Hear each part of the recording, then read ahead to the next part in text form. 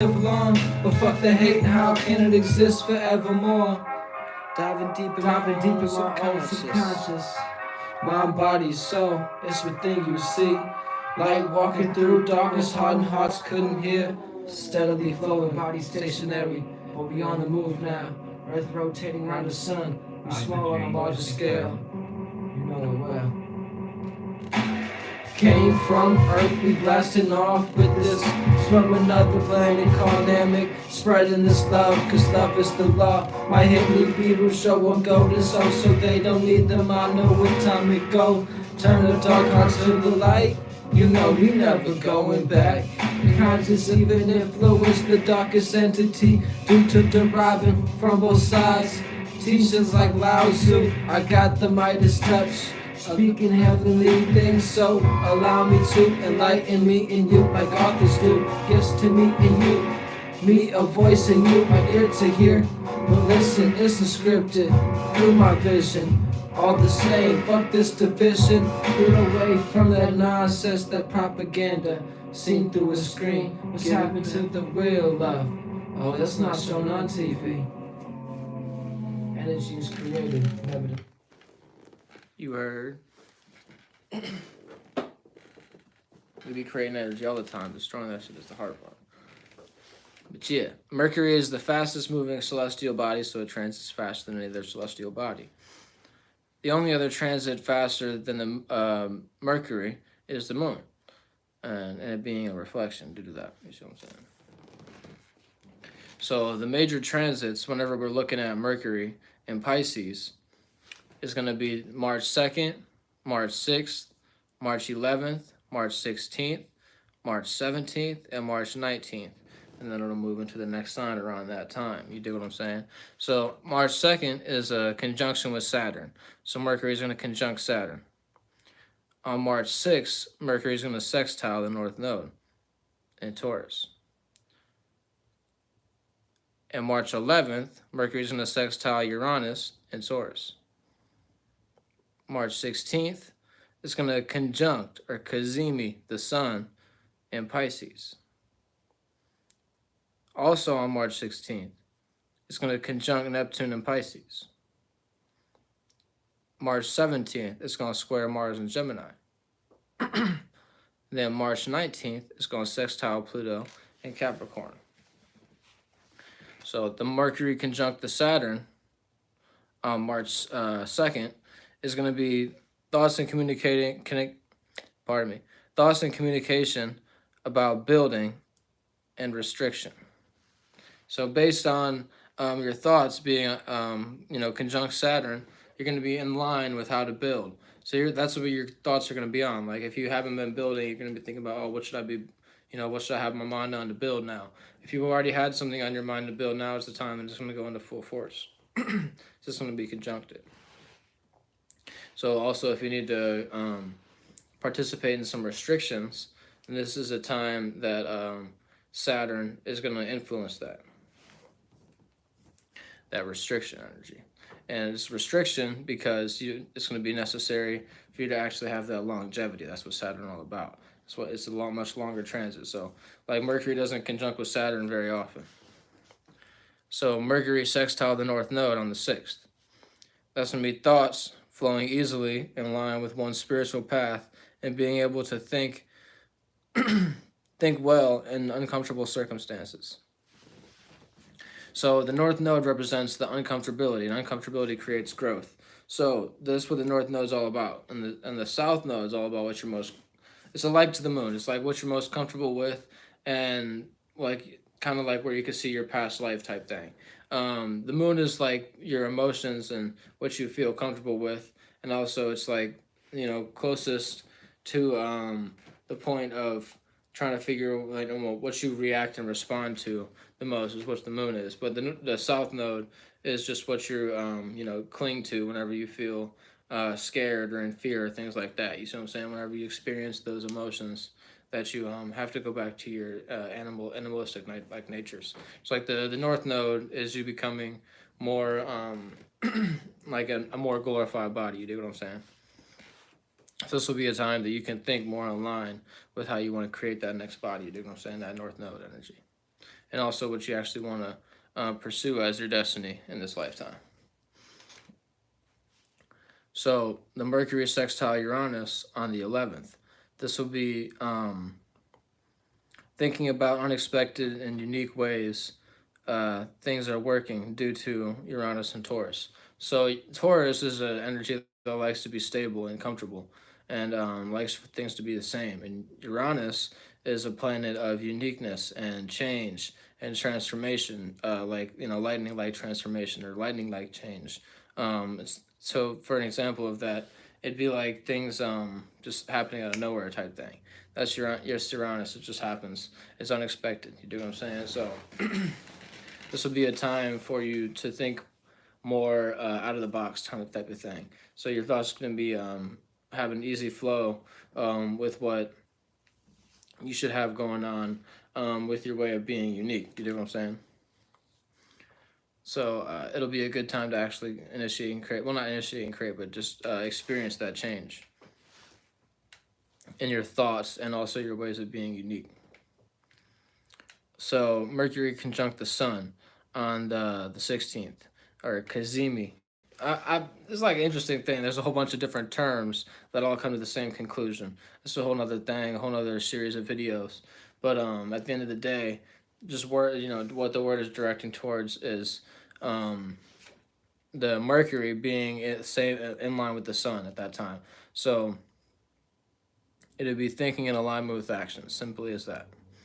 And then you could look at the Mercury conjunct Neptune, which would be both in Pisces. You dig what I'm saying? All this energy is in Pisces. So thinking about a delusion. So Neptune is that dream, illusion, the nightmare. So illusion, delusion type thing. So with Mercury conjuncting Neptune on the 16th, along with the Mercury conjunct the Sun, it'll be a whole bunch of energies of being like in a delusion about taking action, your dreams, your illusions, and nightmares. So it'll be a delusionary time. So just use your faith, belief, and imagination energy this time to the fullest extent. So then Mercury square Mars on the 17th. So Mercury in Pisces square Mars in Gemini. So Mars is passions, your intentions. And Mercury is thinking and communicating. So the way that you think and communicate at this time is in Pisces. So you want to adapt to other people's emotions. So you're thinking about other people's emotions at this time. But the Mars in Gemini has your passion to want to communicate. So you want it's a square of communicating towards people's thoughts or communicating your own thoughts. You know what I'm saying? So you have that square energy. So you're learning how to think more passionate. You do what I'm saying? And communicate more passionately in either a healthy way or either a harmonious way or a harmful way. So that's what the square creates. It creates a learning process. So one of the two things will happen. You'll either learn that you're doing some things you shouldn't be doing, or you're learning that okay, you're on the path that you're on is good, but there's some things you can still learn in this path. You know what I'm saying? So with the Mercury, just to get into the Mercury square Mars. So learning how to be more rational about passionate thoughts and ways of thinking. Learning to talk throughout things. Yeah, learning to talk through things to get a point across instead of using a passion. So like instead of just using your intentions and your animalistic natures to just fulfill something, you do more communication through that process instead of just being on the lower octave for that Martian energy. Mars energy isn't bad. Like, don't get that connotation. It's just like there's octaves to energies. You know what I'm saying? So like, the Mercury energy has to do with the Gemini, the third house. You do what I'm saying? And the sixth house. So it'd be like your organs in the sixth house, and then your third house, kind of like your first house is your head, second house like your eyes and your mouth. You know what I'm saying? And then maybe like your chin and your voice box type thing would be the Mercury part of your body. And you look at the Mars portion, it would be the first house and then the eighth house. You do what I'm saying? So yeah. So just think about it that way, because it'd be Aries and then Scorpio. So That's like your body is a whole house system as well. Just keep that in mind. So yeah, so you're just learning how to be more rational about passionate thoughts and ways of thinking. Learning to talk through things to get a point across instead of using passion.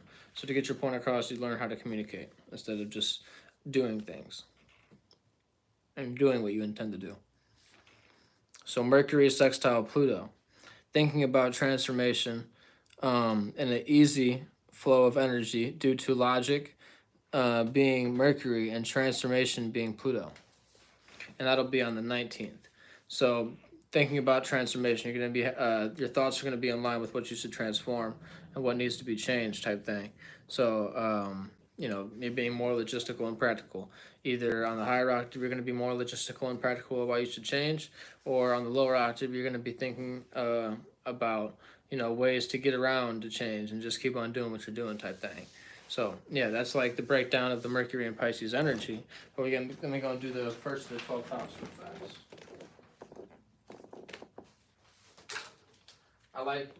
I find for me personally having a template is better. So I just like keep collecting to keep my little template with me. So the first house, I'm gonna go from the first to the 12th house. Then I'll go into the energy a little bit more. So got me some water real fast.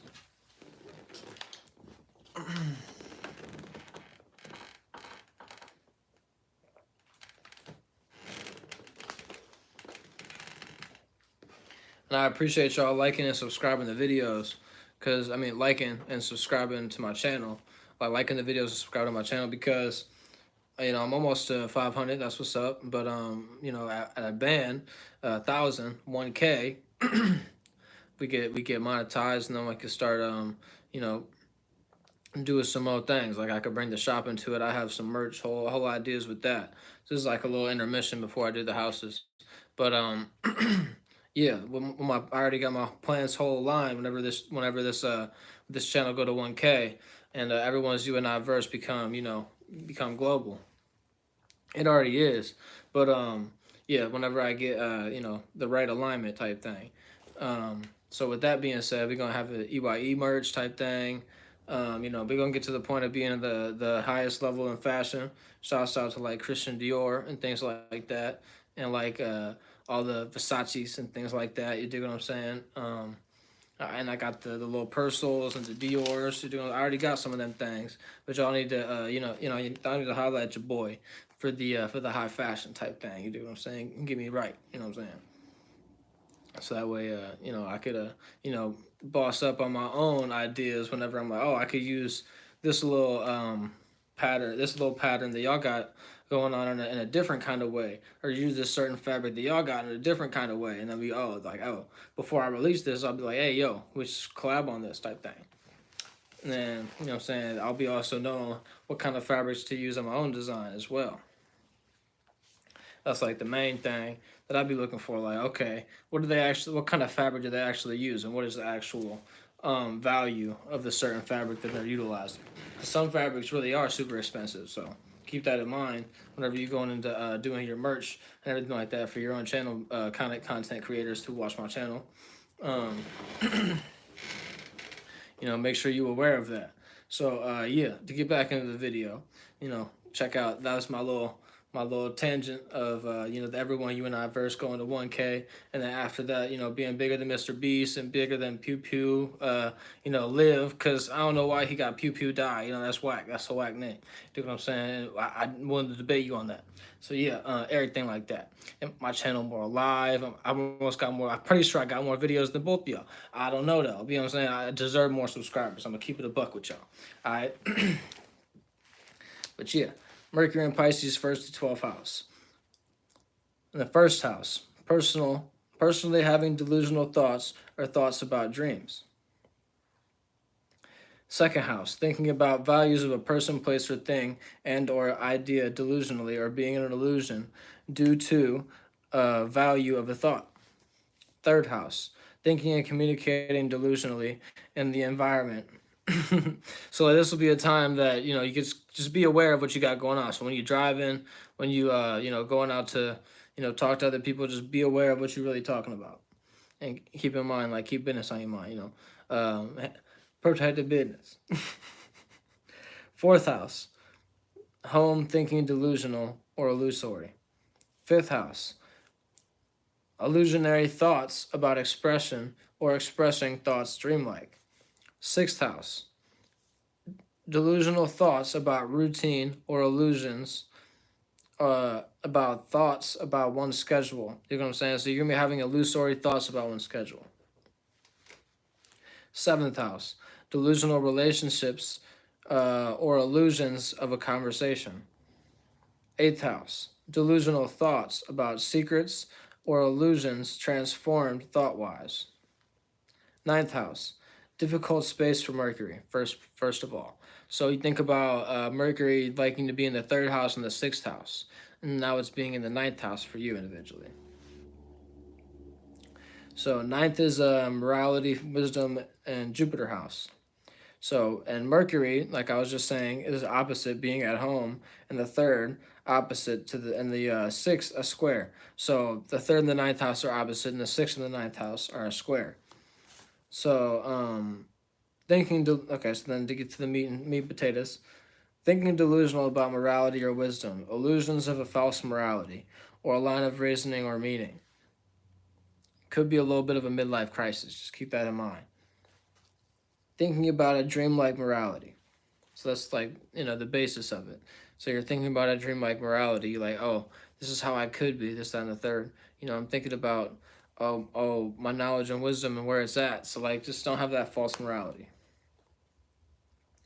10th house, delusional thoughts about one's status, blueprint, and or career. 11th house, delusions about a group's thoughts. 12th house, delusional thoughts about a dream, nightmare, or illusion. So keep in mind, this is all occurring during Pisces sun season. So the first house, having delusional thoughts or thoughts about a dream. So you're going to be having the daydream energy. It's going to be like, you're going to be personally looking at yourself like, wow, all I want to do is dream about what I want to do instead of just actually do it. So handle your personal affairs and handle that personal business. Second house, thinking about values of a person, place, or thing delusionally, or being an illusion due to a value of a thought. So if this thought isn't giving you harmonious energies, then this thought isn't something you should value. This place isn't something you should be around if it's not harmonious, if it's not bringing you benefit. If it's harmful towards you, then you shouldn't be valuing this idea, place, person, or thing. Third house, thinking and communicating delusionally in the environment. Kind of, went a little bit into depth about it, but realistically, pay attention to where you're driving, pay attention to who you're communicating with, and at this time, this is just, hold it down kind of energies, hold down to business type thing, keep it cute. Fourth house, home, thinking delusionally or illusory. So they're not going to be knowing what you got going on. Your home is not going to be understanding or trying to understand what you have going on. All they're going to be communicating about is something else. Or if they're communicating about you, it's going to be in a whole illusory way. Fifth house, illusionary thoughts about expression or expressing thoughts dreamlike. So you're going to be in that in-between world. Like, oh, do I want to express myself? Do I want to express what I'm thinking? I don't know, this, that, and the third. You're going to be in that energy whenever you have Pisces in the fifth house. Sixth house, delusional thoughts about routine or illusionary thoughts about one's schedule. So you're thinking, oh, should I change up my schedule? Is this routine and pattern good for me? Is this beneficial? And those are the thoughts you should be having. But you're illusory about them, so you're not really sure, is this the best thought for this circumstance? Or is this circumstance actually going to be beneficial? This, that, and the third, is it going to be harmonious or harmful? That's what you should be looking at. What are the pros and cons of this routine and pattern? Excuse me. So in the seventh house, delusional relations or illusions of a conversation. So you can be in this illusory place due to trying to relate to somebody. Whenever you're trying to relate to somebody, that conversation is going to be illusionary. You're going to be like, wait, did I catch what somebody actually said? Were they being slick or was I being slick? Oh, man, Should I apologize? I don't know. This, that, and the third, you're going to be in that worrisome space, that delusional space. But that's where you at, 7th house. That's just your 7th house nature. 8th house, delusional thoughts about secrets or illusions transformed thought-wise. So you can be thinking about transformation, simple as that. But you're going to be delusional about it. Oh, should I transform everything, or should I transform just this? Or which if I want to achieve my dream, what should I actually transform? That's what you're going to be thinking about. 9th house. So since it's a difficult space, like I say, don't get too hard on yourself. But you're going to be just having those thoughts about a dreamlike morality. So, shoot for the stars. You might just land, on the moon type thing, or probably not, because you're not going to land on the moon at all. Do you know what I'm saying? Oh, you're not going to land on the sun either.